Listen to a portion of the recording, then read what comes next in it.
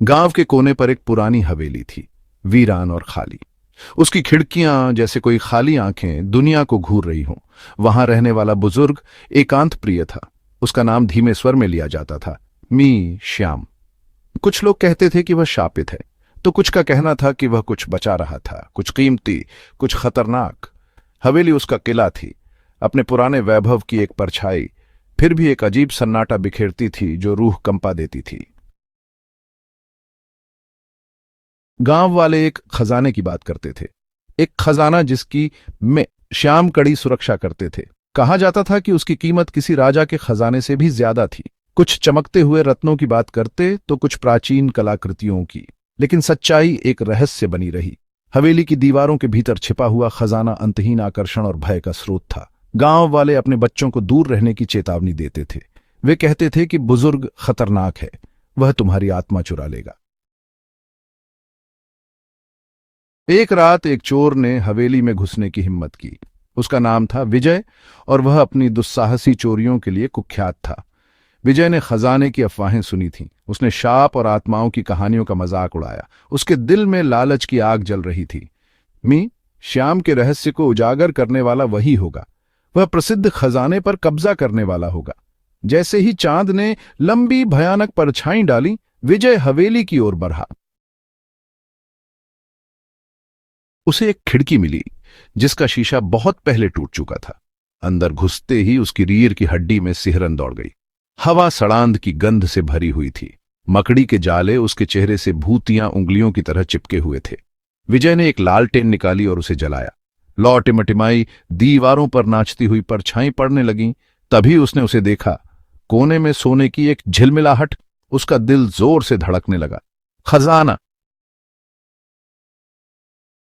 वह झिलमिलाहट की ओर भागा, जैसे कोई अदृश्य शक्ति उसे खींच रही हो।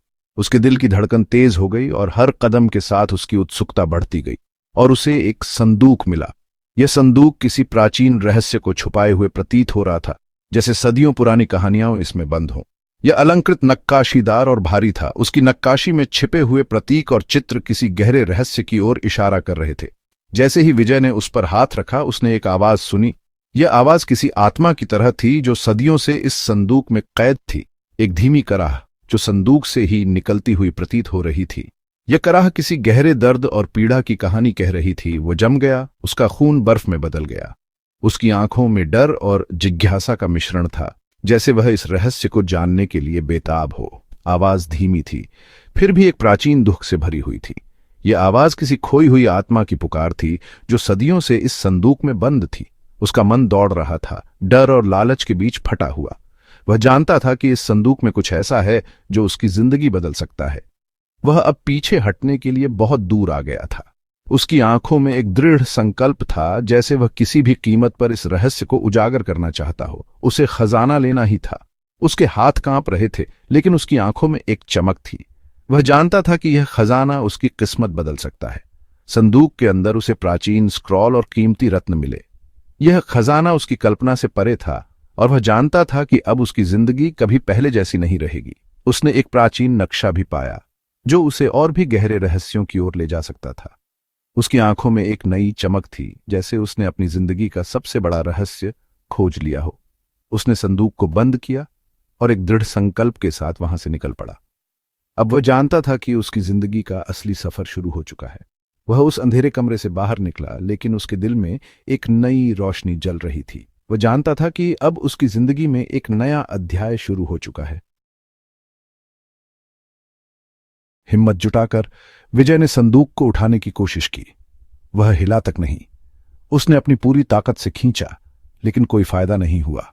संदूक उस जगह पर मजबूती से जड़ा हुआ था।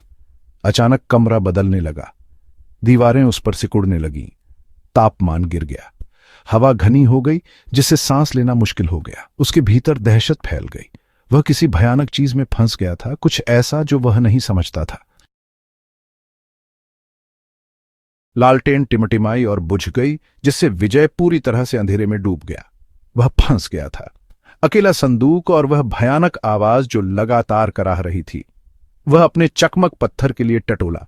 उसके हाथ बेकाबू होकर कांप रहे थे।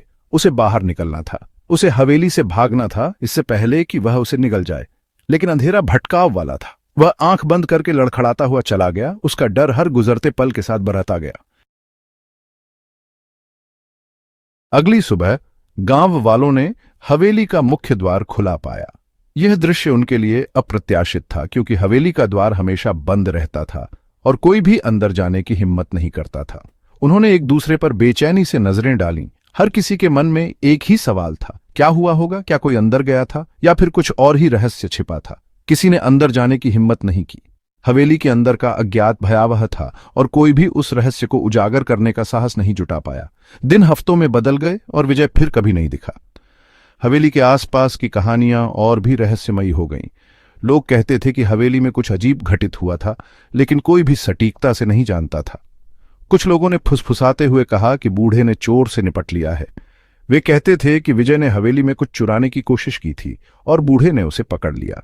दूसरों ने कहा कि विजय को वही मिला जिसके वह लायक था। वे मानते थे कि विजय का लालच ही उसकी बर्बादी का कारण बना। हवेली बनी रही, गांव के ऊपर एक खामोश प्रहरी। यह गांव वालों के लिए एक स्थायी याद दिलाती थी कि कुछ रहस्य कभी उजागर नहीं होते। उस अंधेरे की एक सतत याद दिलाता है जो उसकी सतह के नीचे छिपा हुआ था। हवेली के अंदर का अंधेरा और रहस्य हमेशा गांव वालों के मन में एक डर और जिज्ञासा बनाए रखता था।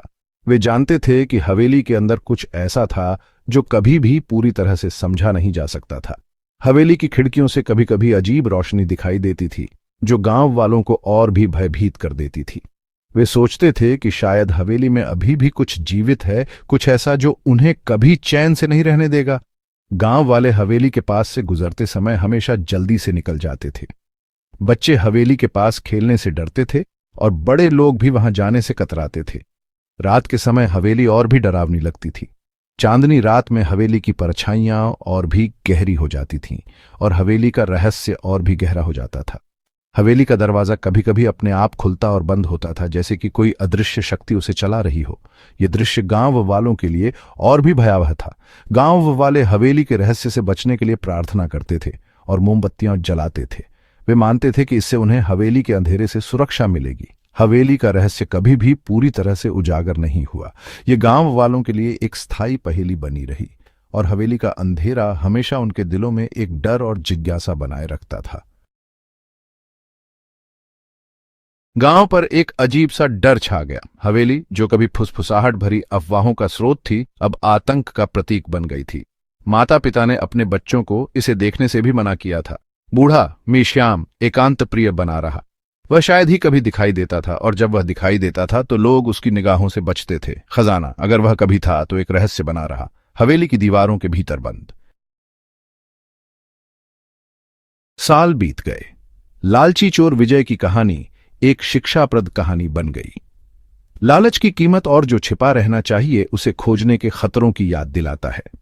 हवेली डर की शक्ति और किंवदंतियों की स्थायी प्रकृति के प्रमाण के रूप में खड़ी थी, और रात के सन्नाटे में अगर आप ध्यान से सुनते तो आप लगभग सीने की दर्द भरी कराह सुन सकते थे।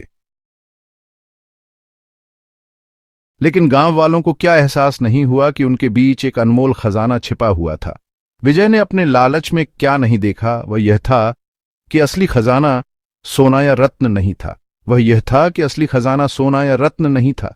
यह खजाना कुछ और ही था, कुछ ऐसा जो अनमोल था और जिसे पैसों से नहीं खरीदा जा सकता था। यह बूढ़े व्यक्ति की कहानी थी जिसने अपने जीवन में बहुत कुछ देखा और सहा था। उसकी आंखों में छिपी गहराई और उसके चेहरे की झुर्रियों में छिपे रहस्य यह सब कुछ बयां करते थे। प्यार, नुकसान और रहस्यों के भार की कहानी। यह कहानी थी उन यादों की जो उसने अपने दिल में संजो कर रखी थी, उन तस्वीरों की जो उसके अतीत की झलक दिखाती थीं। एक कहानी जिसकी उसने जमकर रक्षा की, अपने दिल की दीवारों के भीतर छिपाकर। वह लाकेट जो उसने अपने सीने से लगा रखा था, उसमें छिपे थे अनगिनत रहस्य और भावनाएं। विजय ने जितना सोचा भी नहीं होगा, उससे कहीं अधिक मूल्यवान खजाना। वह खजाना था उन भावनाओं का जो उस बूढ़े व्यक्ति ने अपने जीवन में अनुभव की थी और इसलिए हवेली बनी रही, एक अलग तरह के खजाने की मूक संरक्षक।